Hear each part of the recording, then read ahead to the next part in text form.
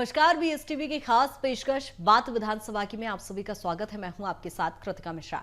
मध्य प्रदेश और छत्तीसगढ़ में मिशन 2023 को लेकर सियासत की नब्ज अब धीरे धीरे तेज होने लगी है। सियासत के इस महासमर की तैयारियों के बीच मतदाता अपने उस सियासी मूड को तैयार कर रहा है जो मिशन 2023 में पार्टियों और उम्मीदवारों का भाग्य तय करेगा। बीएसटीवी मध्य प्रदेश और छत्तीसगढ़ की हर विधानसभा में पहुंचकर हम जहां जनता के मुद्दों को आपके सामने रखेंगे, वहीं अभी तक क्या रहा है वहां का राजनीतिक समीकरण, इसको लेकर भी विस्तार से चर्चा करेंगे। और आज बात करेंगे मध्य प्रदेश के रीवा जिले की देवतालाब विधानसभा सीट की। देवतालाब विधानसभा का सियासी समीकरण कैसा है, यहां का राजनीतिक इतिहास, कैसी चल रही सियासी बयार। रीवा जिले में आती है विधानसभा, बीजेपी का गढ़ है। मध्य प्रदेश में विधानसभा चुनाव के समय में अब गिनती के दिन बचे हैं। ऐसे में पार्टियां अपनी पूरी ताकत के साथ चुनावी मैदान में हैं। सभी पार्टियों ने अपने प्रत्याशियों को भी मैदान में उतार दिया है और सभी प्रत्याशी भी अब चुनावी मैदान में हैं। मध्य प्रदेश की सियासत में विंध्य सत्ता की चाबी कहा जाता है। जहां जिसकी पार्टी जीतती है, प्रदेश में उसी की सत्ता होती है। विंध्य की सीटों में एक सीट रीवा जिले की देवतालाब विधानसभा सीट है। इस विधानसभा को भारतीय जनता का गढ़ माना जाता है। यहां से बीजेपी के कद्दावर नेता और विधानसभा अध्यक्ष रहे गिरीश गौतम विधायक है। हालांकि कांग्रेस ने देवतालाब से उन्हीं के भतीजे पद्मेश गौतम को चुनावी मैदान में उतारा है। देवतालाब विधानसभा में मतदाता, कुल मतदाता 2,34,346,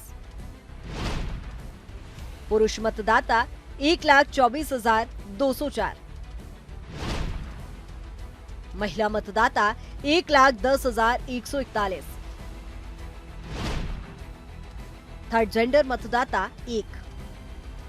रीवा जिले के देवतालाब विधानसभा में मतदाताओं की बात करें तो रीवा जिले के इस ब्राह्मण बाहुल्य इलाके में करीब 2 लाख वोटर्स हैं।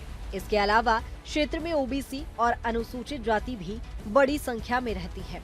वैसे तो यहाँ बीजेपी की परंपरागत सीट रही है, लेकिन बसपा और कांग्रेस जैसी पार्टी भी यहाँ जनाधार रखती है। देवतालाब विधानसभा सीट में सामान्य 34% ब्राह्मण, 22% राजपूत, 9% ओबीसी और 34% कुर्मी, 23% अनुसूचित जाति के, 18 अनुसूचित जनजाति के और 10% मतदाता है। वहीं मध्य प्रदेश के विंध्य क्षेत्र में देवतालाब विधानसभा क्षेत्र में चुनाव अधिक दिलचस्प होगा, क्योंकि यहाँ चाचा और भतीजे के बीच कांटे की टक्कर होगी।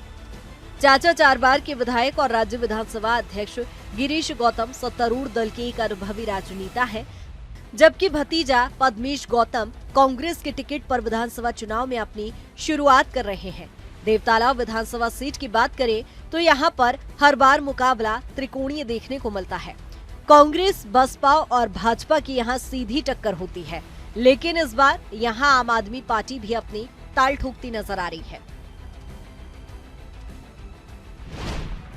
देवतालाब का सियासी समीकरण, साल 2008 गिरीश गौतम बीजेपी से 20,637 वोटों से जीते। विद्यावती पटेल बसपा से 16,873 वोटों से हारी। 3,764 वोटों का अंतर रहा। साल 2013 गिरीश गौतम बीजेपी से 36,495 वोटों से जीते। विद्यावती पटेल बसपा से 32,610 वोटों से हारी। 3,885 वोटों का अंतर रहा। साल 2018 गिरीश गौतम बीजेपी से 45,043 वोटों से जीते। सीमा जयवीर सेंगर बसपा से 43,963 वोटों से हारी। 1,080 वोटों का अंतर रहा। मध्य प्रदेश के रीवा जिले की चर्चित सीट देवतालाब विधानसभा की राजनीति हमेशा ही करवटें बदलती रहती है। यहाँ पर अभी विधानसभा अध्यक्ष गिरीश गौतम विधायक है। 2018 के चुनाव में बीएसपी ने भाजपा को कड़ी टक्कर दी थी और बसपा उम्मीदवार सीमा जयवीर सेंगर मात्र 1,080 वोटों से चुनाव हार गई थी और कांग्रेस तीसरे नंबर पर थी। साल 2013 के चुनाव में भी स्थिति 2018 जैसी ही थी, क्योंकि तब भी यहां बीजेपी के गिरीश गौतम और बीएसपी की विद्यावती पटेल के बीच मुकाबला था। लेकिन नतीजों में बीजेपी को 3,885 वोटों से जीत मिली थी। कांग्रेस करीब 30,000 वोटों के साथ तीसरे नंबर की पार्टी थी और समाजवादी पार्टी ने भी इस सीट से चुनाव लड़ा था। देवताला विधानसभा को कभी बसपा का गढ़ माना जाता था, जिसे बीजेपी के विधायक पांचूलाल ने ध्वस्त कर बीजेपी का परचम लहरा दिया था। बीते कई चुनाव से बीजेपी का परचम गिरीश गौतम देवताला विधानसभा सीट पर लहरा रहे हैं। वहीं कांग्रेस और बसपा ने इनसे लोहा लेने मैदान पर उतरी है, लेकिन भाजपा के गढ़ को भेद नहीं पाए। वर्तमान हालात में देवताला विधानसभा सीट में बीजेपी विधायक गिरीश गौतम की स्थिति ठीक नहीं आंकी जा रही है, जिसका प्रत्यक्ष प्रमाण जिला पंचायत चुनाव परिणाम में निकलकर सामने आया, जिसमें पद्मेश गौतम, जो कि गिरीश गौतम के भतीजे हैं, उन्होंने ही गिरीश गौतम के बेटे राहुल गौतम को हराया था। कांग्रेस ने जिला पंचायत का चुनाव जीतने वाले पद्मेश गौतम, जो कि भाजपा विधायक गिरीश गौतम के भतीजे हैं, उन्हें चुनावी मैदान में उतारा है, जिसके बाद अब इस विधानसभा में मुकाबला दिलचस्प हो गया। इस बार यहां चाचा और भतीजा के बीच कांटे की टक्कर होगी। चाचा 4 बार के विधायक हैं और राज्य विधानसभा अध्यक्ष गिरीश गौतम सत्तारूढ़ दल के एक अनुभवी राजनेता हैं, जबकि भतीजा पद्मेश गौतम कांग्रेस के टिकट पर विधानसभा चुनाव में अपनी शुरुआत कर रहे हैं। 25 साल से बीजेपी का कब्जा। 2018 के बाद बनी वीआईपी सीट। पिछले कुछ चुनावों को देखा जाए तो यहां से कांग्रेस जब से हार रही है, दूसरे नंबर पर भी नहीं आ पा रही है। आखिरी बार 1985 में कांग्रेस ने देवतालाब से जीत हासिल की थी। इसके बाद 2 बार बसपा ने यहां पर कब्जा जमाया। अब 1998 से अभी तक यहां बीजेपी का ही कब्जा है। इसमें 2008 से अभी तक 3 चुनावों में गिरीश गौतम ने जीत हासिल की है।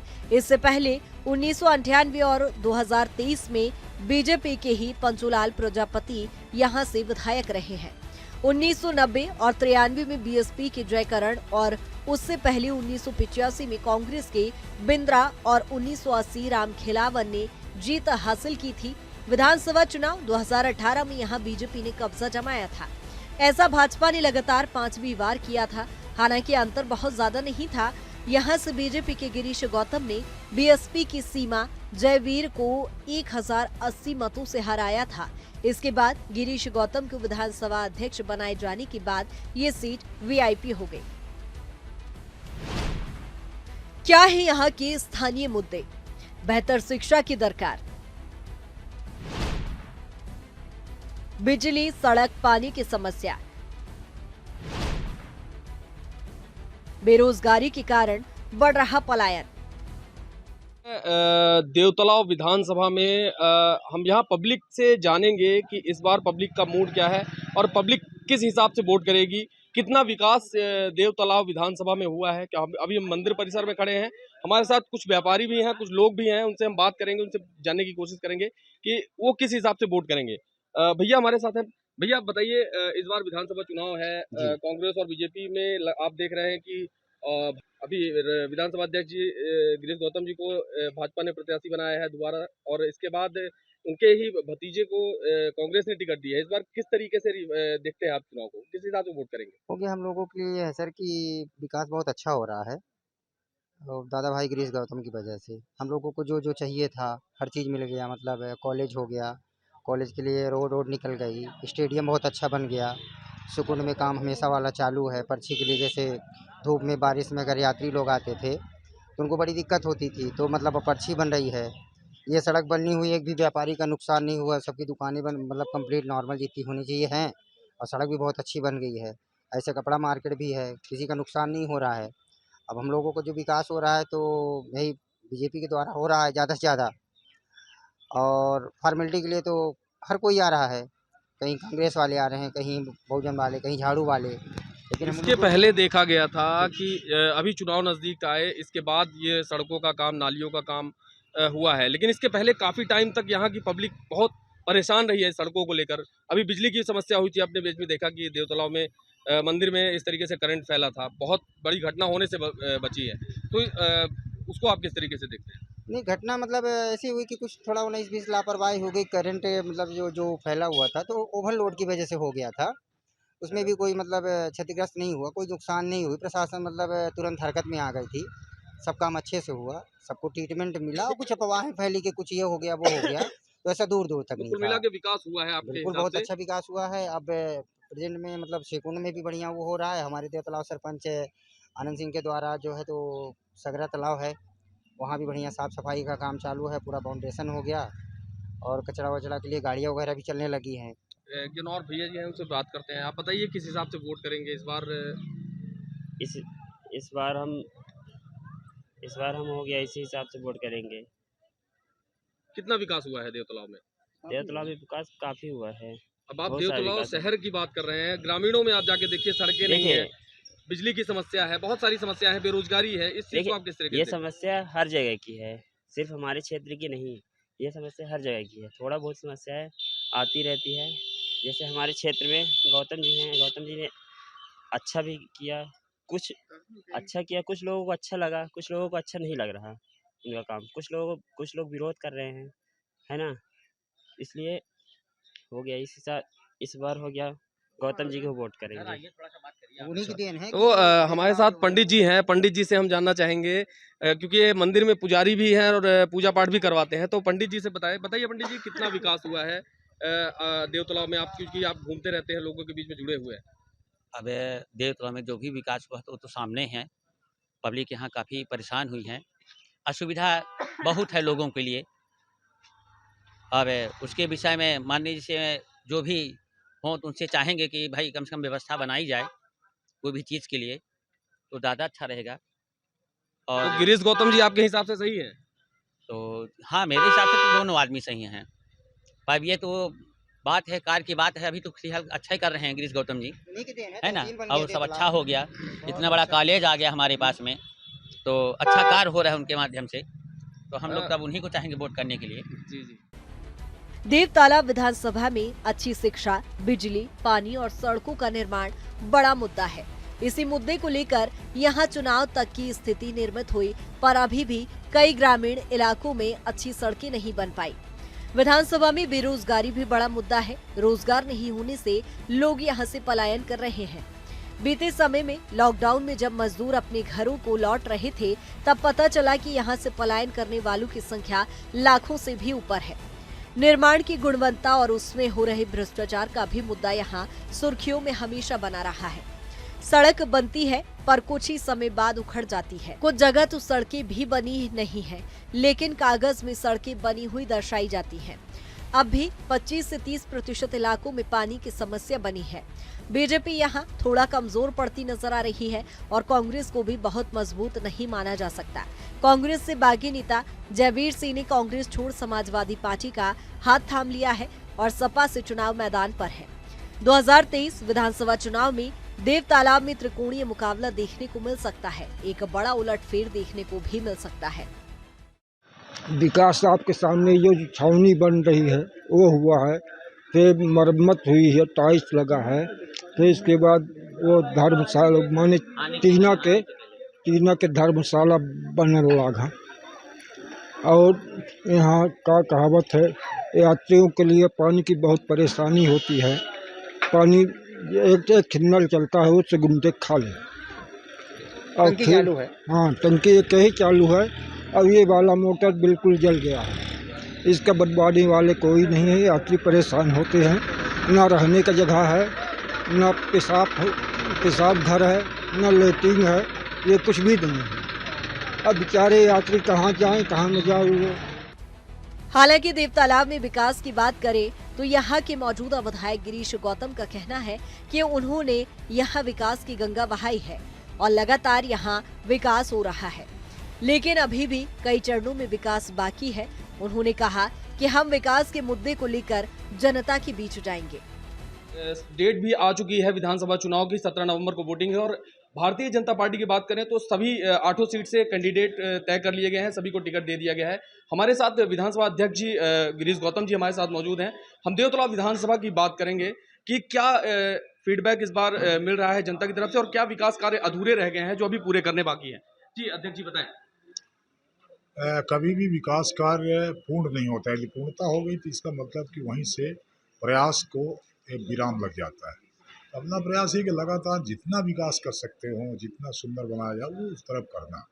तो मैं ऐसा नहीं मानता कि बिल्कुल पूरे विकास से संतुष्ट हो गया हूँ, पर ये है कि विकास जो काफ़ी तेज गति से और बहुत अच्छा करने का प्रयास किया और शायद मैंने उसमें सफलता प्राप्त कि कौन कौन से मुद्दे हैं जिनको लेकर आप जनता के बीच में इस बार जाएंगे? की। एक तो ये है कि जो हमने वचन दिया, जो वादा किया, जो विकास के काम का हमने कहा, उसको पूरा किया। तो मुद्दा यही होगा कि हमारे ऊपर विश्वास करो और जनता विश्वास करेगी इस बात को कि केवल हमने कहा भर नहीं, हमने उसको किया भी है। तो वो विश्वास करेगी और जब अगली बात तो कहेंगे कि ये करेंगे तो जनता से विश्वास करेगी। यदि कहा था किया है, अब जो कह रहे हैं इसको भी करेंगे, ये जनता विश्वास करेगी। बहुत सारी चीज़ें हैं, बहुत से आरोप कांग्रेस की तरफ से लगाए जा रहे हैं। देवतलाव में विकास नहीं हुआ, इन सारी चीज़ों को लेकर मुद्दा बनाया जा रहा है। अब कांग्रेस क्या कहेगी? तारीफ थोड़ी करेगी हमारी। कोई भी विरोधी दल कभी तारीफ नहीं करता और यही इस देश की राजनीति में थोड़ा सा मैं समझता हूँ कि शायद ठीक नहीं है। हम राजनीतिक तौर पर एक दूसरे के वैचारिक नीतियों के आधार पर विरोध करते हैं और पूरा तरह से अंधापन हमारा नहीं होना चाहिए। देखते हुए अंधा नहीं बनना चाहिए किसी को भी, किसी भी राजनीतिक दल को, किसी व्यक्ति को भी। जो काम होते उसकी सराहना करो, जो काम नहीं हो उसका विरोध करो कि ये काम और होना चाहिए, तो नहीं हुआ। पर हम साक्षात खड़े जिस सड़क पर खड़े हैं, जो सड़क नई बन करके खड़ी हुई है, उसी में खड़े होकर के ये कह रहे हैं कि कुछ काम नहीं हुआ, तब इसको क्या कह सकते? इसको अपन यही कह सकते हैं कि दुर्भाग्य है इसका। देवतालाब के विकास को नए आयाम तक पहुंचाने की बात करती कांग्रेस का कहना है कि यहां बीजेपी ने कोई विकास नहीं किए। देवतालाब मंदिर का भी विकास नहीं हुआ है। हमारी सरकार आने पर हम यहां विकास करेंगे। हम पद्मेश गौतम जी से ही पूछेंगे कि किन मुद्दों के साथ वो चुनाव मैदान में उतरेंगे और क्या मुद्दे रहेंगे, क्योंकि विधानसभा अध्यक्ष पद्मेश गौतम जी उनके रिश्ते से उनके बड़े पिताजी हैं और वो भी चुनाव मैदान में है। क्या मुद्दे रहेंगे, किन मुद्दों के साथ वो मैदान में उतरेंगे? जी पद्मेश गौतम जी से पूछते हैं। पद्मेश गौतम जी, इस बार चुनाव में आपको प्रत्याशी बनाया गया है, क्या मुद्दे रहेंगे, किन मुद्दों के साथ आप चुनाव मैदान में उतरेंगे? क्योंकि आपके पिताजी, बड़े पिताजी खुद विधानसभा अध्यक्ष गिरीश गौतम जी हैं, तो क्या मुद्दे रहेंगे आपके? देखिए, पिछले 25 वर्षों से भारतीय जनता पार्टी का विधायक लगातार उस क्षेत्र से चुनता हुआ आ रहा है।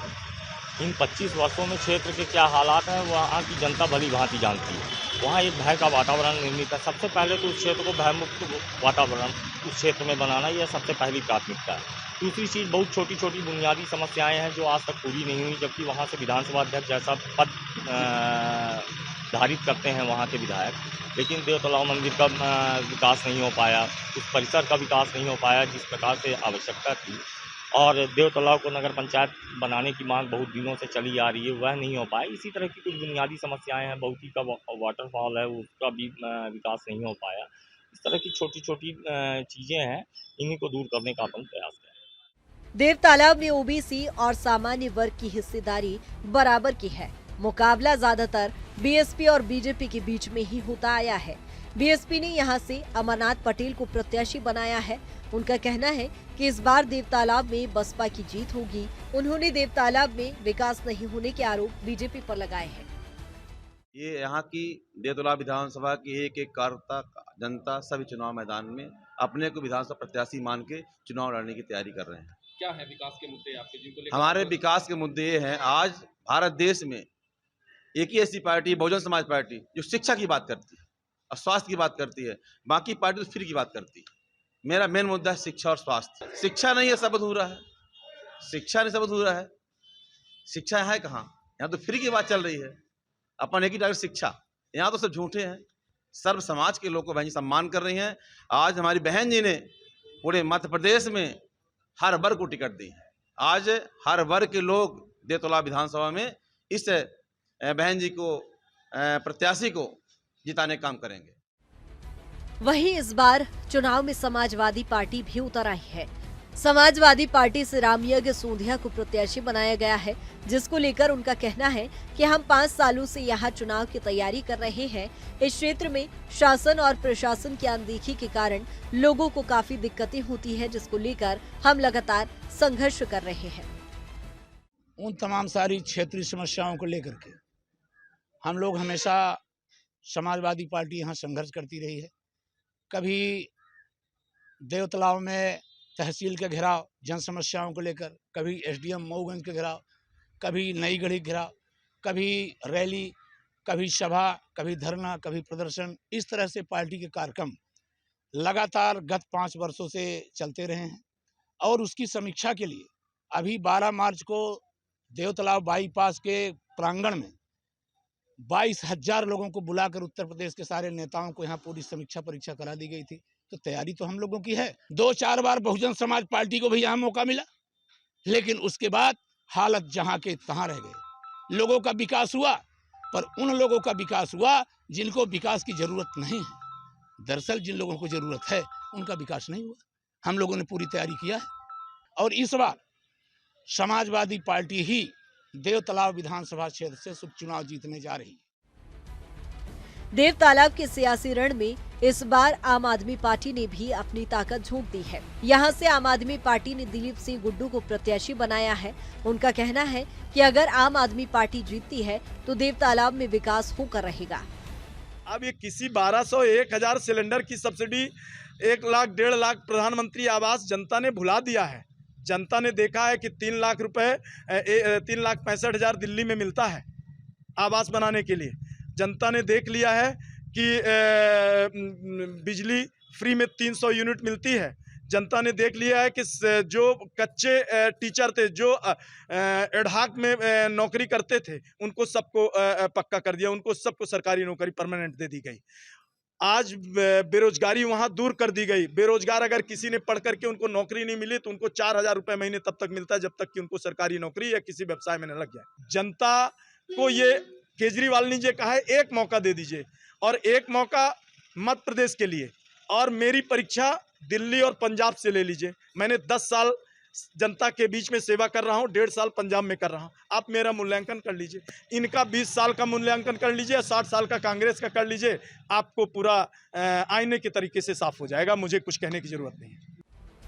मध्य प्रदेश में चुनावी हुंकार के बीच अब बस कुछ ही दिनों का वक्त है। राजनीतिक दलों की तैयारी भी पूरी है। देव तालाब में एक तरफा बीजेपी का कब्जा रहा है, लेकिन देखना होगा कि इस विधानसभा चुनाव में ऊंट किस करवट बैठेगा। क्या जनता एक बार फिर बीजेपी को ही जीत का पताका लहराने देगी या कांग्रेस अपना सूखा समाप्त कर यहाँ नया इतिहास लिखेगी।